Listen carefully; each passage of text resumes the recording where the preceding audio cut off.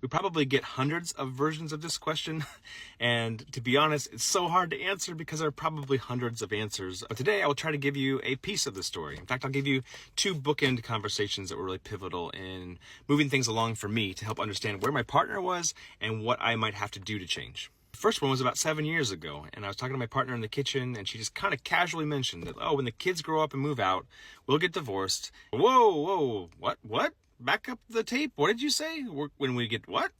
And it was the first time that she'd actually verbalized the natural consequence of what was going to happen if my behavior continued. Now, I didn't even know I had behavior at that point in time. I was that obtuse that I wasn't paying close enough attention to see that the ways in which she was kind of shutting down were a direct result of me blowing out her candle. And of course, I was like stunned. At that point in time, I was so afraid of divorce based on the religious world we came from that even talking about it scared me. I kind of felt like it might be a self-fulfilling prophecy. Turns out, no, it's actually the other way around. Not talking about it is actually what puts you on the path that way. Fast forward to last year, my partner and I were really struggling, and we hit this point in time where it's like, this is just not working. But for my partner, that was a relief, and for me, that was devastating. So we had to kind of figure out, wait a minute, I have been using my partner as my touch tree.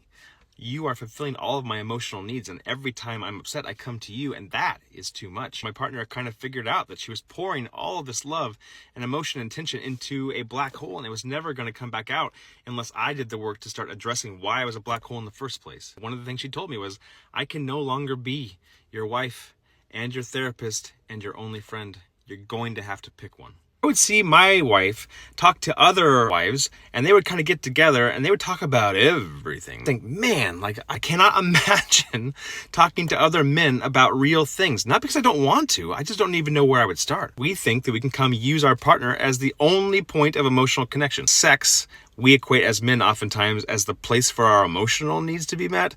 And that is, it's so painful. What we're actually looking for is just intimacy. Because we don't believe that we're likable, we're not always sure how to get it. And we come with this kind of mopey energy of like, if you don't give it to me, I'm not worthy. Oh, does that suck? So how do we, as men, figure out how to have other places to belong besides coming to our partner constantly with every one of our emotional needs? I didn't want to do it. My partner had told me repeatedly, we need more community. I can't do this all myself. I can't hold the social calendar. I can't maintain the connections and the webbing of our community, of our family alone. We need more help, and I need you to make other friends. I saw how badly I had hurt my partner. I uploaded fully just how thin the layer was between the presentation to the outer world and the hurt that was right beneath it. So the first thing I did was I started going back through the list of all the things she had told me, all the things I had dismissed, and thought, oh, she's told me a lot that she wanted me to go get my own friends. She's told me a lot I need to build community. I'm going to finally do it. I decided I was going to count the people in for what I could count them in for and no longer make excuses about why I wasn't worthy of relationships. I had made a friend through my partner. Who else? I started eating breakfast with him and kind of opening up about how I was struggling. And turns out, you know what? Like, there were some struggles going on there too, because we're all human. And my partner had joined a mom's club to try to have relationships with other moms when the kids were little.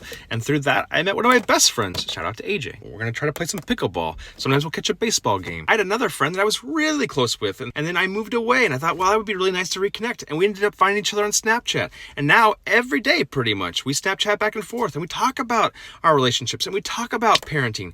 We talk about what it's been like to kind of deconstruct from the faith that we grew up in and how we still believe and what we still believe and why. Shout out to Jason. I reconnected with an old mentor that I had when I lived in Montana, and we would have phone calls. And I started reconnecting with my siblings, even though they live far away, and thinking, like, it doesn't mean that we can't still talk. I asked my brother-in-law, who recently moved back, for help.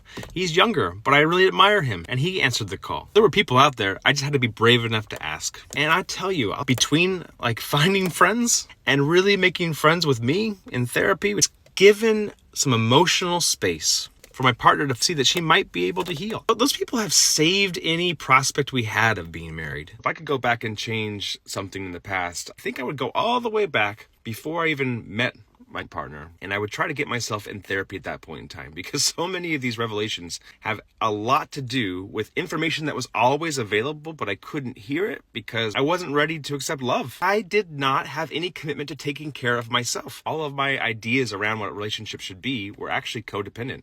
I've actually been in therapy 3 different times. First time I went, I'll be honest, I didn't really think I needed to go. Here's the thing about therapy. You go in with a presenting issue, and sometimes things come back at you that you didn't expect. And one of the most most powerful moments in that first round was after a session was already over, getting ready to leave. And the therapist said, your birthday's coming up this weekend. Are you doing anything special to celebrate? I said, no. And she said, is that because you think you're not worth celebrating? I didn't think that I was worth celebrating. I had to start working through that, trying to figure out where did that belief come from.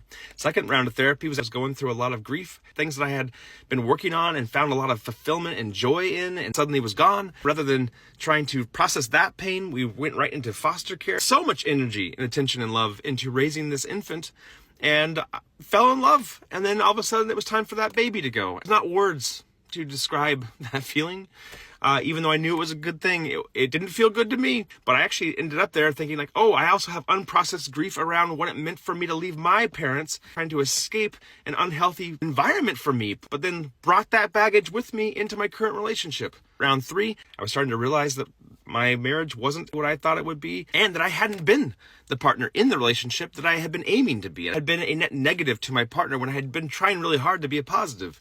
I took like 12 weeks off, which at the time I thought, I don't know that I deserve this. You know what? I needed it. That helped me reframe and recenter my actual priorities. EMDR has been very helpful in going back and reprocessing, repackaging traumatic memories. And in so doing, that has opened up other avenues and pathways in my actual relationships. I feel so much less like body stress. I think my brain was actually inflamed from the stress of my job, plus the stress of my coping mechanisms. And now that stress and energy is like been rerouted, I can feel myself actually getting healthier.